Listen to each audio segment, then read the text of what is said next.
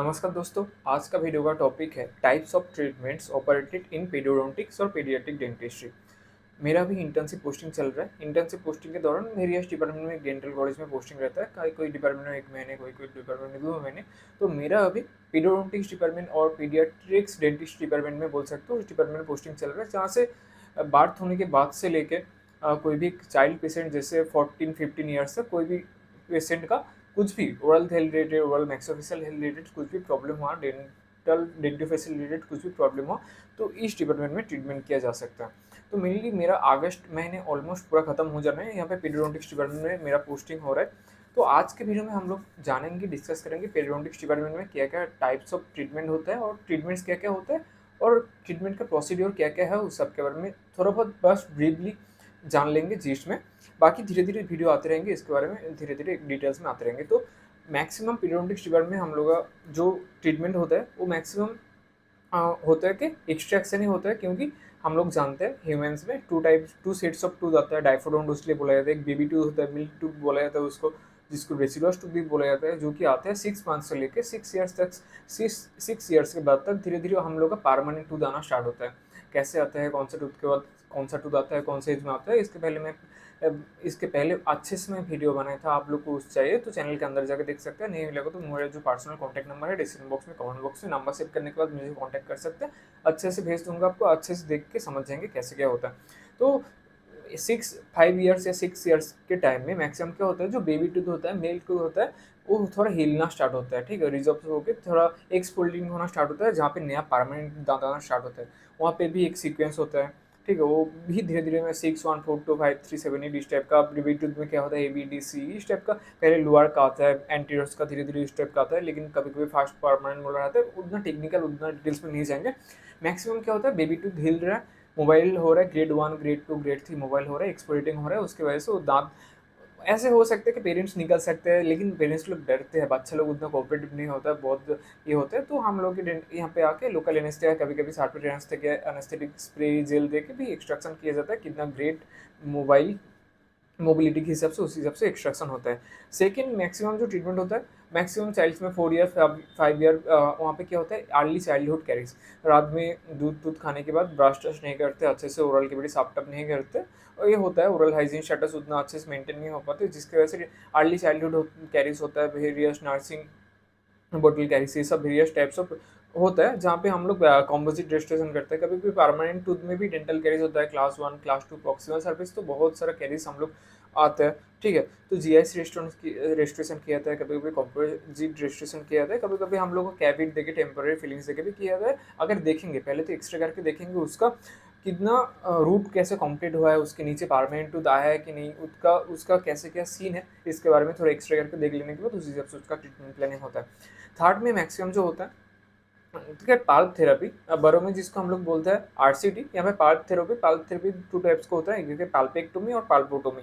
पाल्पेक्टोमी इसके बारे में भी वीडियो आएंगे, कैसे है नहीं है। मेरा एक प्लेलिस्ट है, चैनल के अंदर जाकर देख सकते हैं, टाइप्स ऑफ डेंटल ट्रीटमेंट्स। वहाँ पे बहुत सारा ट्रीटमेंट्स के बारे में अच्छे से डिस्कस किया हूँ, इसके बारे में भी धीरे डिस्कस करूँगा। तो चैनल को सब्सक्राइब करके रखें, अंदर जाइए, इस सब के बारे में धीरे धीरे आते रहेंगे। तो पोस्ट एंड कोर बिल्डअप भी होता है, जिस दांत में ग्रॉसली डिकेट है, ठीक है, परमानेंट टूथ में, वहाँ पे अच्छे से RCT करने के बाद पोस्ट क्राउन इस स्टेप का कोर बिल्डअप करने के बाद क्राउन टाउन दिया जाता है। एकदम नेचुरल टूथ लाइक जैसे स्ट्रक्चर से दिया जाता है पोस्ट एंड कोर बिल्डअप। एक होता है स्पेस मेंटेनर। कोई भी दांत अगर RCT करके नहीं रख सकते, एक्सट्रैक्शन हो गया, उस जगह में खाली स्पेस हो जाए तो आसपास का दांत आपका हिल जाने का चांस होता है, मिसप्लेस हो जाने का चांस होता है। तो एक स्पेस मेंटेन करने के लिए जहाँ पे एक परमानेंट दांत आएगा, स्पेस मेंटेनर भी टाइप्स ऑफ स्पेस मेंटेनर होता है। Digital shoe space maintainer, bend and loop space maintainer, various types of होता है। कौन सा पोजीशन में हो रहा है, कौन सा साइड में हो रहा है, कौन सा एज में दिया जा रहा है, इस सब के ऊपर डिपेंड करके इसके होता है। धीरे धीरे मैं इस सब के बारे में वीडियो दूंगा, pre clinical exercise, clinical exercise के बारे में धीरे धीरे वीडियो आते रहेंगे। ठीक है, दिन एक बहुत ही इंपॉर्टेंट चीज़ मैं देखा, feeding plate for cleft patient. Cleft palate जो पेशेंट आता है उन लोगों में जो फीडिंग के लिए बहुत प्रॉब्लम होता है, उसलिए एक एलजीनेट के इम्प्रेशन लेने के बाद फीडिंग प्लेट एक दिया जाता है, रिमूवेबल फीडिंग प्लेट। ऐसा होता है बेबी में। हम लोग का क्लिनिकल पोस्टिंग के दौरान हम लोग बहुत लकी थे, एक टाइप का पेशेंट आए थे। लेकिन तो बोल सकते हो, एक तरफ से लकी भी बोल सकते हैं, लेकिन खराब भी लग रहा था कि बच्चों में कैसा कैसा प्रॉब्लम होता है जेनेटिकली, बोल सकते हो आपका। ठीक है, कॉन्जेनिटल ये सब डिजीज़ है। तो ये एक चीज़ है, फीडिंग प्लेट का जो होता है वो हम लोग को देखने का मौका मिला। देन पल्प कैपिंग एक होता है, direct pulp capping, indirect pulp capping. ये जो मैं वर्ड्स बोल रहा हूँ, मैं एक आप नोटबुक में लिख सकते हैं ए4 साइज़ पेज में, और पेन लेके ये सब लिखने के बाद गूगल में थोड़ा सर्च करके देखिए, यूट्यूब में थोड़ा सर्च करके देखिए ये सब का क्या होता है, क्या-क्या प्रोसीजर होता है। डेंटिस्ट में बहुत सारा ट्रीटमेंट्स है, बहुत कुछ सीख सकते हो। अगर ये सब सीख के लोगे जो बहुत स्किलफुल हो जाओगे, बाद में जाके बहुत हेल्पफुल हो सकते हैं। उसके बाद आता है ओरल प्रोफाइलैक्सिस। मैक्सिमम जो चाइल्ड में अच्छे से अगर ओरल हाइजीन अच्छे से मेंटेन नहीं हो या कुछ ट्रीटमेंट करवाना हो, उसके पहले हम लोग उसका क्या कितना स्टेन, कितना कैलकुलस है, जिंजिवाइटिस है कि नहीं, इस सब के बारे में देख लेते हैं। अगर स्टेन कैलकुलस है, ऑर्थो ट्रीटमेंट जाने के पहले, कुछ भी ट्रीटमेंट होने के पहले ओरल प्रोफाइलैक्सिस मेनली अल्ट्रासोनिक जो स्केलिंग, हैंड स्केलिंग, इस सब के हो जाता है। ठीक है, ये इसका भी ट्रीटमेंट होता है। देन फिक्स्ड ऑर्थोडोंटिक ट्रीटमेंट कुछ कुछ चाइल्ड में जॉ साइज छोटा, थोड़ा छोटा होता है, उसी हिसाब से दांत का साइज थोड़ा बड़ा होता है, जिसको बोलता है tooth and jaw size discrepancy. वो सब मेंटेन करने के लिए, ठीक तरह अलाइनमेंट में आने के लिए, ओवर क्राउडिंग को ठीक ठाक करने के लिए, ज़्यादा स्पेस है उसको क्लोज करने के लिए various types of ortho treatments होता है। Fixed orthodontic treatment, removal orthodontic treatment, aligner का ट्रीटमेंट। ट्रीटमेंट हो जाने के बाद हम लोग रिटेनर दिया जाता है, various types of removal retainer. ठीक है, उसके बाद वेरियस टाइप ऑफ स्प्लिंटिंग। कोई भी बच्चा खेलते खेलते दांत टूट गया, अगर दांत लेके आया तो उसका एवल शुद्ध में अगर वहाँ पे देने के बाद फिर से उसका स्प्लिंटिंग टेंडिंग ये सब का भी काम होता है। उसके बाद एपिसेक्टोमी, ये भी एक अच्छा चीज़ है, और टेम्पोररी फीडिंग दिया जाए। कोई कोई पेशेंट में इन्फेक्शन होने के बाद इतना बड़ा बड़ा स्वेलिंग होकर फूल जाता है, पास एक्यूमुलेशन होता है, उस टाइम में इंसिजन, ड्रेनेज, क्या क्या मेडिसिन देना है, इस सब के बारे में जान सकते हो पेडियाट्रिक्स डिपार्टमेंट में। और हम लोग का कॉलेज में एक बहुत ही अच्छे इंस्ट्रूमेंट्स है जिसको आर्मामेट्रियम्स बोल सकते हो, कौन सा सेडेशन देने वाला, नाइट्रस ऑक्साइड ऑक्सीजन का कॉम्बिनेशन करके, जो इसके पहले मैं वीडियो में बनाया था।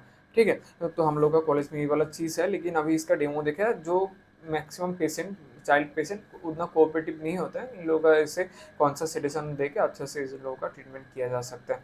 उसके बाद सर्जिकली जो ट्रीटमेंट, कभी कभी कुछ बोन इन्वॉल्वमेंट हो गया, ठीक है, तो उस टाइम में बोन का अगर काट करके करना पड़ेगा ट्रीटमेंट, तो हम लोग पेडियोडोंटिक्स डिपार्टमेंट ओरल सर्जरी डिपार्टमेंट के साथ कंबाइन करके मेजोरिटी में जाके इस सब का ट्रीटमेंट होता है।